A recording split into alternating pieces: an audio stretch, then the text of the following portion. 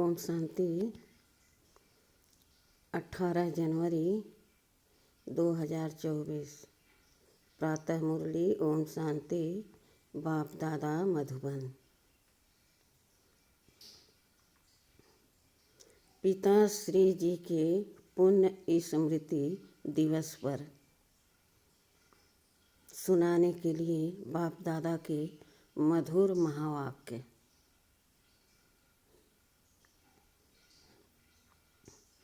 मीठे बच्चे, बाप के दिल पर, बाप के दिल अंदर बच्चों को सदा खुशी बनाने की फर्स्ट क्लास आस रहती है। सदा सुखी बनाने की फर्स्ट क्लास आस रहती है। बाप यही चाहते हैं कि मेरे बच्चे लायक बन स्वर्ग के मालिक बने। ओम शांति। बच्चे जानते हैं अभी भगवान सम्मुख बैठकर हमको ज्ञान के गीत सुनाते हैं। वह ज्ञान के डांस कराते हैं। इस ज्ञान डांस से तुम देवताओं मुआफिक सदा सुखी और हर्षित रहेंगे।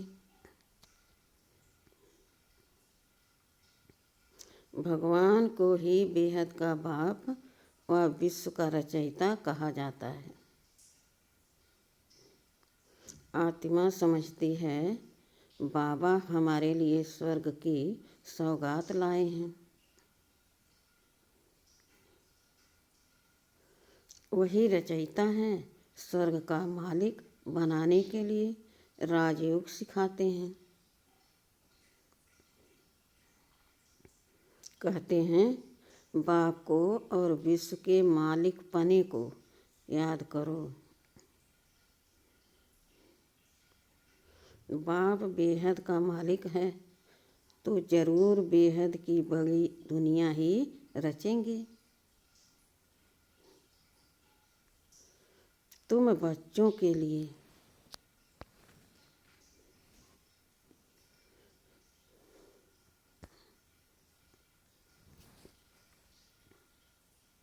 सारी विश्व ही घर है, अर्थात पार्ट बजाने का स्थान है। बेहद का बाप आकर के बेहद का विश्व अथवा घर बनाते हैं।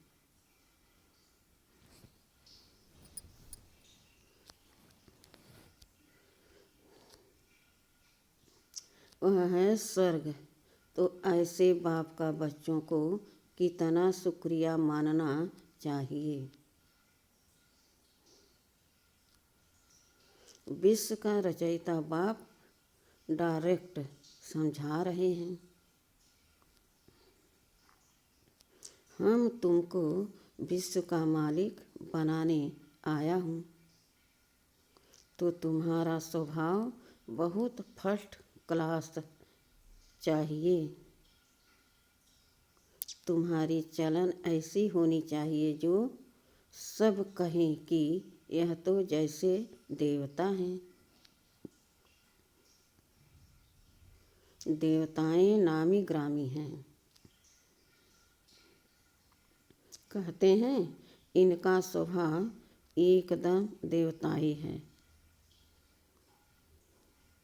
बिल्कुल मीठे शांत स्वभाव के हैं। तो ऐसे बच्चों को बाप भी देख खुश होते हैं। बाबा स्वर्ग का मालिक बनाने आते हैं। तो तुम्हें कितना मददगार बनना चाहिए। सर्विस में आपे ही लग जाना चाहिए।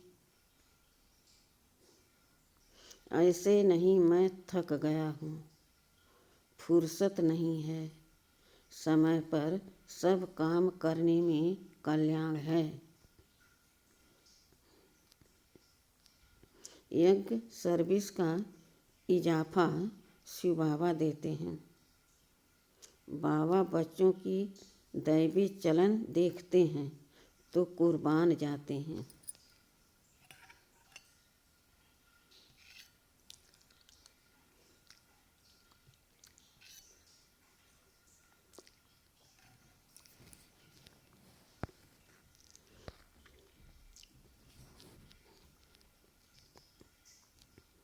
तुम बच्चे इस पढ़ाई से कितनी ऊंची कमाई करते हो। तुम पद्मा पदम पति बनते हो। बाबा तुम्हें कितना धनवान बनाते हैं। बाप तुमको अखुट खजाने में ऐसा वजन करते हैं जो 21 जन्म साथ रहेगा। वहाँ दुख का नाम नहीं। कभी अकाले मृत्यु नहीं होगा। मौत से कभी डरेंगे नहीं। यहाँ कितना डरते हैं, रोते हैं। तुमको तो खुशी है। यह पुराना शरीर छोड़ जाए, नई दुनिया में प्रिंस बनेंगे। तुम इस पुरानी दुनिया से ममत्व मिटाते रहो। इस देह को भी भूलते जाओ। हम आत्मा इंडिपेंडेंट हैं। बस एक बाप के सिवाय और किसी की याद न आए। जीते जी जैसे कि मौत की अवस्था में रहना है। इस दुनिया से मर गए कहते भी हैं ना। आप मुए मर गए दुनिया। शरीर के भान को उड़ाते रहो। एकांत में बैठ यह अभ्यास करो। बाबा बस अभी हम आपकी गोद में आए कि आए।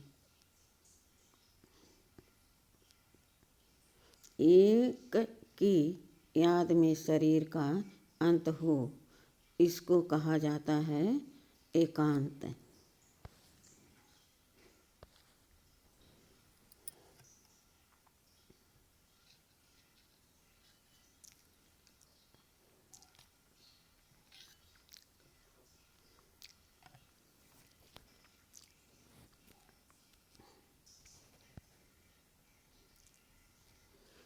मीठे बच्चे, तुम जानते हो कि ऐसी ऊंची पढ़ाई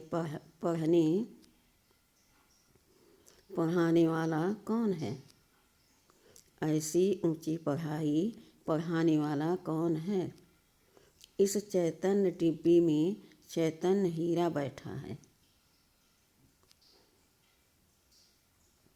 वही सतचित आनंद स्वरूप है। सत बाप तुम्हें सच्ची सच्ची श्रीमत देते हैं। बाप के बने हो तो कदम कदम श्रीमत पर चलना है। चुप रहना है और पढ़ना है। एक बाप को याद करना है। घड़ी घड़ी इस बैज को देखते रहो तो बाप और वर्षे की याद आएगी। याद से ही तुम जैसे सारे विश्व को शांति का दान देते हो। हर एक बच्चे को अपनी प्रजा भी बनानी है, वारिस भी बनाने हैं। मुरली कोई भी मिस नहीं करनी चाहिए। बाबा बहुत प्यार से समझाते हैं। मीठे बच्चे, अपने पर रहम करो।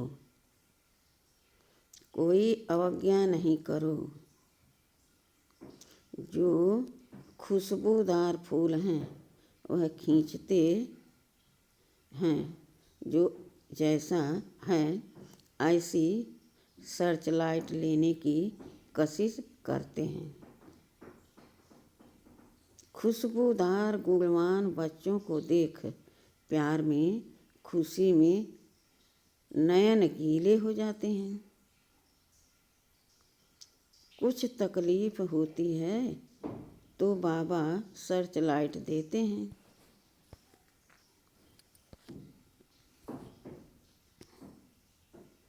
बाबा समझाते हैं, मीठे बच्चे, तुम्हें इस पुरानी दुनिया में कोई भी आस नहीं रखनी है। अब तो एक ही श्रेष्ठ आस रखनी है कि हम तो चले सुखधाम, कहाँ भी ठहरना नहीं है, देखना नहीं है, आगे बढ़ते जाना है। एक तरफ ही देखते रहो, तब ही अचल अडोल स्थिर अवस्था रहेगी।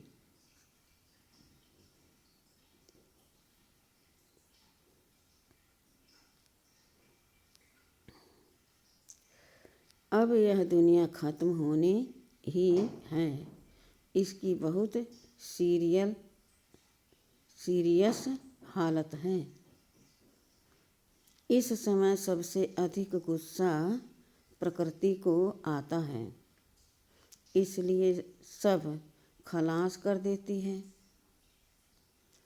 तुम जानते हो यह प्रकृति अभी अपना गुस्सा जोर से दिखाएगी।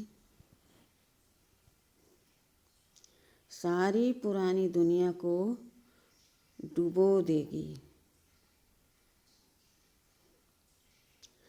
अर्थ युग में मकान आदि सब गिर पड़ते हैं।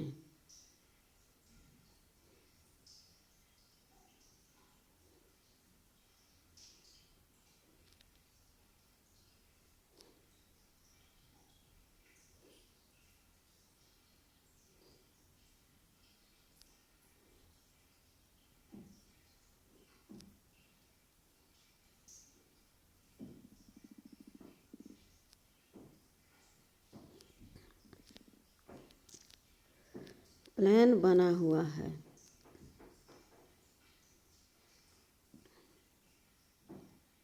इसमें दोष किसी का भी नहीं है।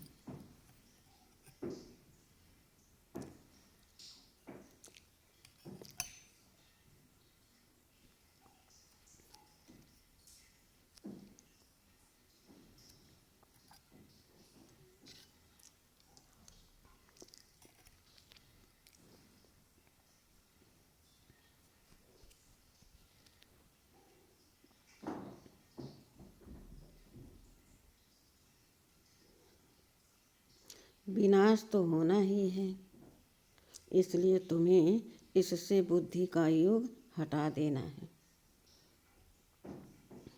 तुमने तो अपना सब कुछ इंश्योर कर दिया है, इसलिए तुम्हें किसी भी प्रकार की चिंता नहीं। तुम्हारा सब कुछ सफल हो रहा है।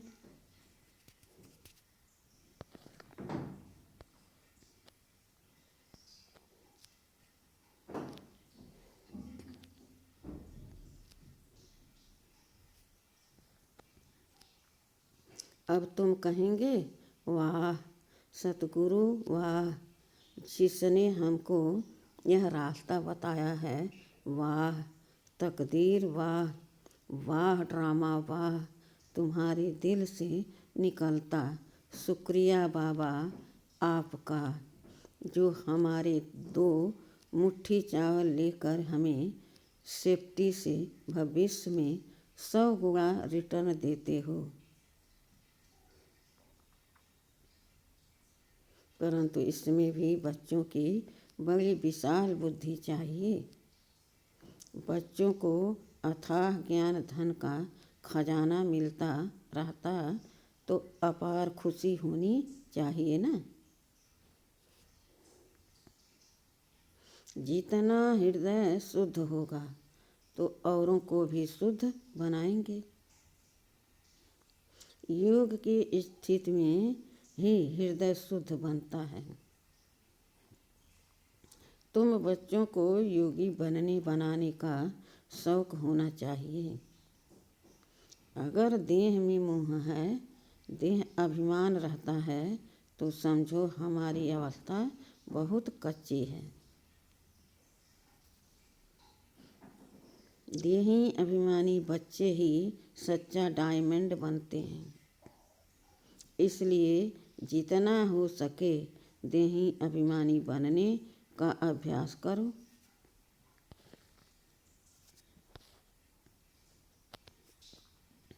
बाप को याद करो। बाबा अक्षर सबसे बहुत मीठा है। बाप बड़े प्यार से बच्चों को पलकों पर बिठाकर साथ ले जाएंगे। ऐसे बाप की याद के नशे में चकनाचूर होना चाहिए। बाबा को याद करते करते खुशी में ठंडे डंडे डार हो जाना चाहिए।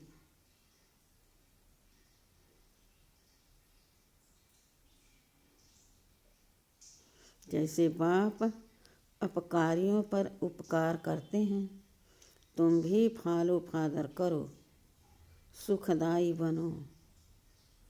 बाप की दिल अंदर बच्चों को सदा सुखी बनाने की कितनी फर्स्ट क्लास आस रहती है कि बच्चे लायक बन स्वर्ग के मालिक बने।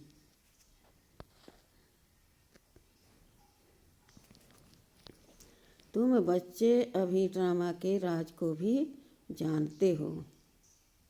बाप तुम्हें निराकारी, आकारी और साकारी दुनिया का सब समाचार सुनाते हैं।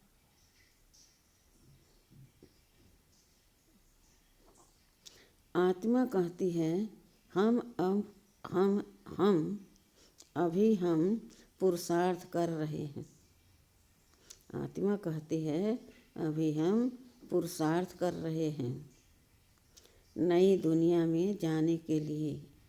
हम स्वर्ग में चलने लायक जरूर बनेंगे।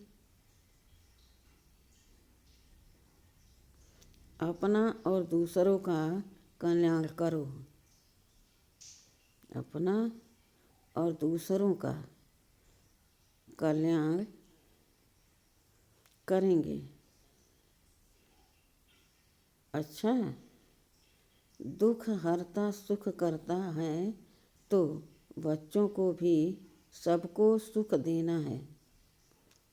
बाप का राइट हैंड बनना है।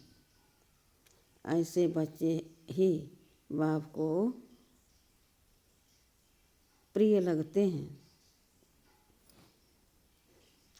शुभ कार्य में राइट हाथ को ही लगाते हैं।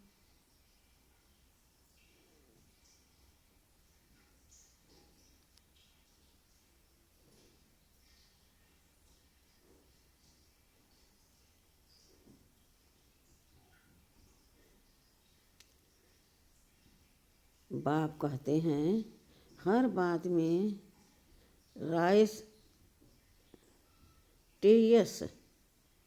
राइटियस बनो।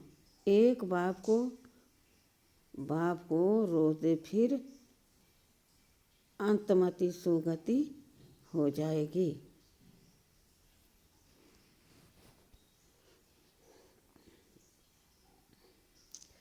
इस पुरानी दुनिया से ममत मिटा दो। यह कब्रिस्तान है। धंधाधोरी बच्चे आज कक्के चिंतन में बैठ जाते हैं। मुफ्त अपनी बर्बादी कर लेते हैं।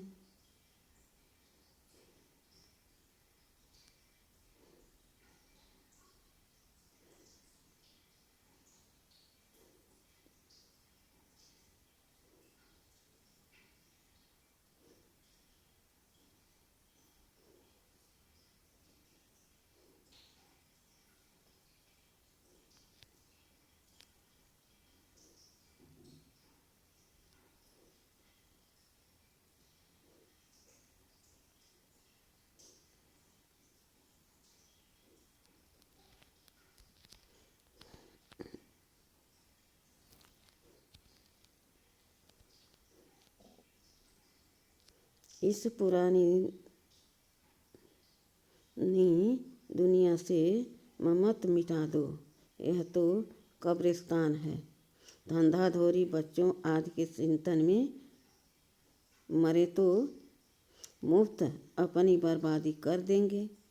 शिव बाबा को याद करने से तुम बहुत आबाद होंगे।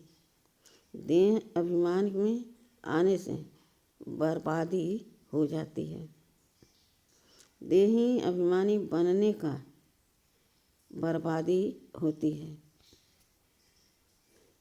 देही अभिमानी बनने से आबादी होती है। देही अभिमानी बनने से आबादी होती है। यह देही अभिमानी बनने से आबादी होती है। यह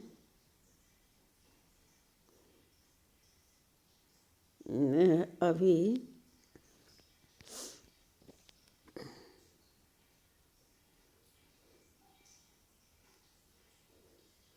धन की भी बहुत लालच नहीं रखनी चाहिए।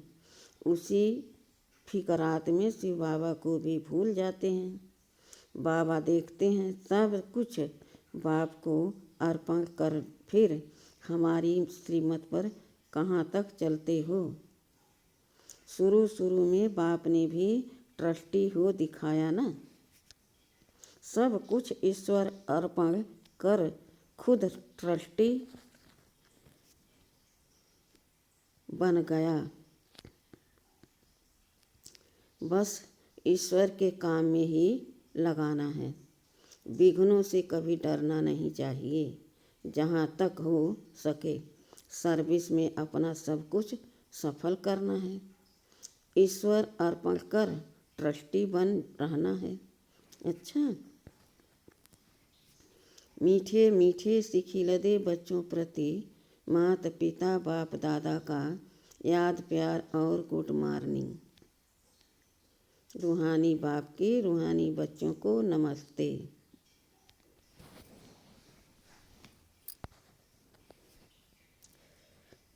अव्यक्त महावाक्य रिवाइज 15/4/74। क्या सभी उन्नति की ओर बढ़ते जा रहे हो? सदा लगन में मग्न और विघ्न विनाशक, यह दोनों निशानियाँ क्या अनुभव में आ रही हैं? विघ्न विनाशक बनने के बजाय विघ्नों को देख अपनी स्टेज से नीचे तो नहीं आ जाते हो? क्या अनेक प्रकार के आए हुए तूफान आपकी बुद्धि में तूफान तो पैदा नहीं करते हैं? जैसे कोई के द्वारा तोहफा मिलता है तो बुद्धि में हलचल नहीं होती है बल्कि उल्लास होता है। इसी प्रकार आए हुए तूफान उल्लास बढ़ाते हैं या हलचल बढ़ाते हैं? अगर तूफान को तूफान समझा तो हलचल होगी।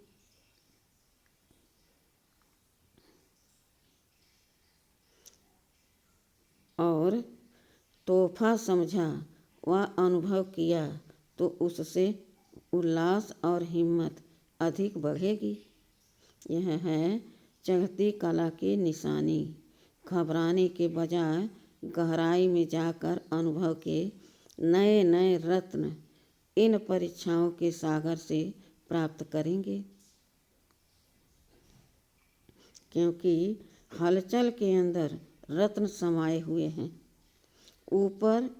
ऊपर से अर्थात बाहर मुखता की दृष्टि और बुद्धि द्वारा देखने से हलचल दिखाई देगी अथवा अनुभव होगी, लेकिन उसी आई हुई बातों को अंतर्मुखी दृष्टि व वृत्ति से देखने से अनेक प्रकार के ज्ञान रत्न अर्थात पॉइंट्स प्राप्त होगी। अगर कोई भी बात को देखते या सुनते हुए आश्चर्य अनुभव होता है तो यह भी फाइनल स्टेज नहीं है। ऐसा तो होना नहीं चाहिए। ड्रामा के होने पर अगर ऐसा भी संकल्प उत्पन्न होता है तो इसको भी अंश मात्र की हलचल का रूप कहेंगे। अब तक भी क्यों क्या का क्वेश्चन अगर उठता है तो इसका अर्थ है हलचल जितना विघ्न आना आवश्यक है।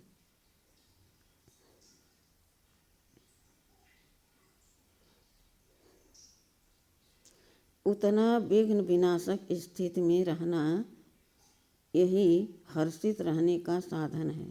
नथिंग न्यू, यह है फाइनल स्टेज। यदि कोई भी हलचल का कर्तव्य करते हो वह पार्ट बजाते हो तो सागर समान ऊपर से हलचल भले ही दिखाई दे रही हो, अर्थात चाहे कर्मेंद्रियों की हलचल में आ रहे हो, लेकिन स्थिति नथिंग न्यू की हो। एकाग्र एक रस एकांत अर्थात एक रचयिता और रचना के अंत को जानने वाले त्रिकालदर्शी की स्टेज पर आराम से शांति की स्टेज पर स्थित हैं। या कर्मेंद्रियों की हलचल आंतरिक स्टेज को भी हिला देती है। जब स्थूल सागर दोनों ही रूप दिखाता है तो क्या मास्टर ज्ञान सागर ऐसा रूप नहीं दिखा सकते?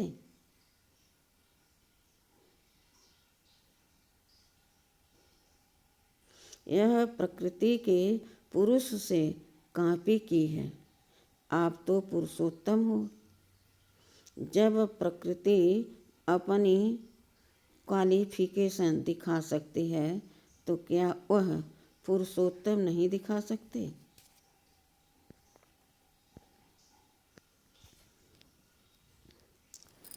अभी समय अति की तरफ बढ़ रहा है। सभी तरफ अति दिखाई पड़ रही है। अंत की निशानी अति है। तो ऐसे प्रकृति समाप्ति की तरफ अति में जा रही है। वैसे ही संपन्न बनने वाली आत्माओं के सामने अब परीक्षाएं व विघ्न भी अति के रूप में आएंगे। इसलिए आश्चर्य नहीं खाना है कि पहले यह नहीं था, अब क्यों है। यह आश्चर्य भी नहीं। फाइनल पेपर में आश्चर्यजनक बातें क्वेश्चन के रूप में आएंगी। तब तो पास और फेल हो सकेंगे। ऐसी ऐसी बातें आएंगी जो न चाहते हुए भी बुद्धि में क्वेश्चन उत्पन्न हो। यही तो पेपर है। और है भी 1 सेकंड का पेपर। क्यों का संकल्प चंद्रवंशी की क्यों में लगा देगा।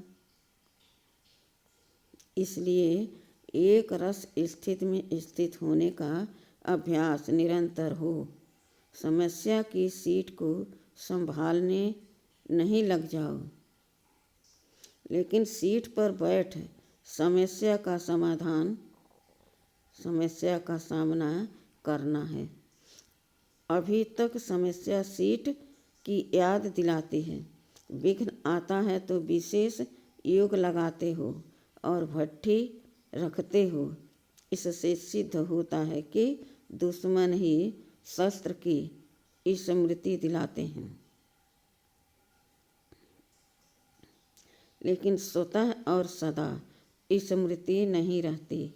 निरंतर योगी हो या अंतर वाले योगी हो, टाइटल तो निरंतर योगी का है ना। दुश्मन आवे ही नहीं, समस्या सामना न कर सके। सूली से कांटा बनना यह भी फाइनल स्टेज नहीं है।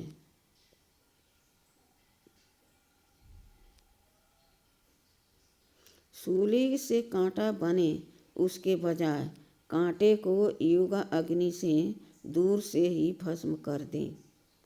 कांटा लगे और फिर निकालो, यह फाइनल स्टेज नहीं है। कांटे को अपनी संपूर्ण स्टेज से समाप्त कर देना, यह है फाइनल स्टेज। ऐसा लक्ष्य रखते हुए अपनी स्टेज को आगे चढ़ती कला की तरफ बढ़ाते चलो।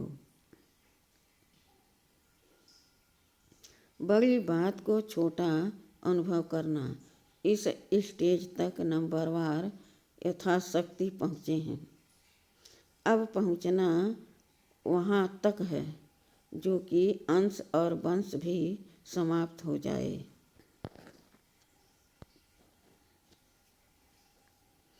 आप सभी हिम्मत, उल्लास और सर्व के सहयोगी सदा रहते हुए चल रहे हो ना। कलयुगी दुनिया को समाप्त करने के लिए व परिवर्तन करने के लिए, माया को विदाई देने के लिए संगठन अर्थात घेराव डाला हुआ है ना। मजबूत घेराव डाला हुआ है, या बीच बीच में कोई ढीले हो जाते हैं अथवा थक जाते हैं, या चलते चलते रुक जाते हैं। न आगे बढ़ना न पीछे हटना, जैसे कि वैसे रहना, यह पाठ तो पक्का नहीं करते हो। समय धक्का लगाएगा तो चल पड़ेंगे, ऐसा सोचकर जहाँ के तहाँ रुक तो नहीं गए हो। किसी प्रकार के सहारे का इंतजार करते हुए खड़े तो नहीं हो गए हो। ऐसी स्टेज वालों को क्या कहेंगे? क्या इसको ही अंगद की स्टेज समझते हो? अगर ऐसे रुक गए हो तो फिर लास्ट वाले फाल्ट चले जाएंगे। जब भी पहाड़ों पर बर्फ गिरती है और जम जाती है तो रास्ते रुक जाते हैं। फिर उस बर्फ को गलाने के लिए व उसे हटाने के लिए पुरुषार्थ करते हैं। यहाँ भी अगर बर्फ के मुआफिक जम जाते हो तो इससे सिद्ध होता है कि योग अग्नि की कमी है। योग अग्नि को तेज करो तो रास्ता क्लियर हो जाएगा। मिली हुई हिम्मत और उल्लास के पॉइंट्स बुद्धि में दौड़ाओ तो रास्ता क्लियर हो जाएगा। पुरुषार्थ की गति में अंगद बनो।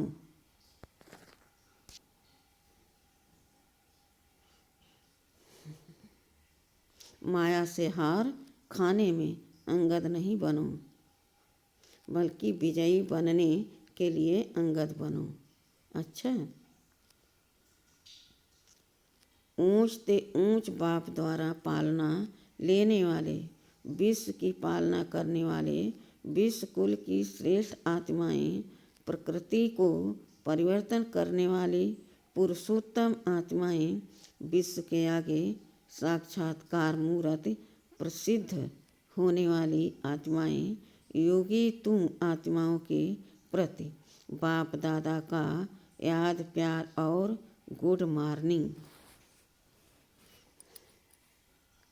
वरदान: सेवा में रहते संपूर्णता के समीपता की अनुभूति करने वाले ब्रह्मा बाप समान एग्जाम्पल भव।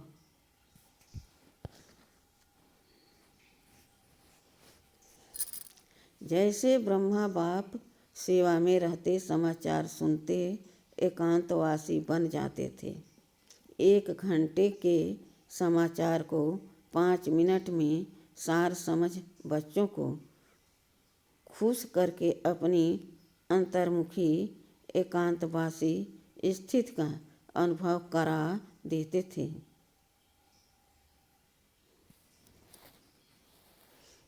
ऐसे फॉलो फादर करो। ब्रह्मा बाप ने कभी नहीं कहा कि मैं बहुत बिजी हूँ, लेकिन बच्चों के आगे एग्जाम्पल बने। ऐसे समय प्रमाण अभी इस अभ्यास की आवश्यकता है। दिल की लगन हो तो समय निकल आएगा और अनेकों के लिए एग्जाम्पल बन जाएंगे। स्लोगन: हर कर्म में कर्म और योग का अनुभव होना ही कर्मयोग है।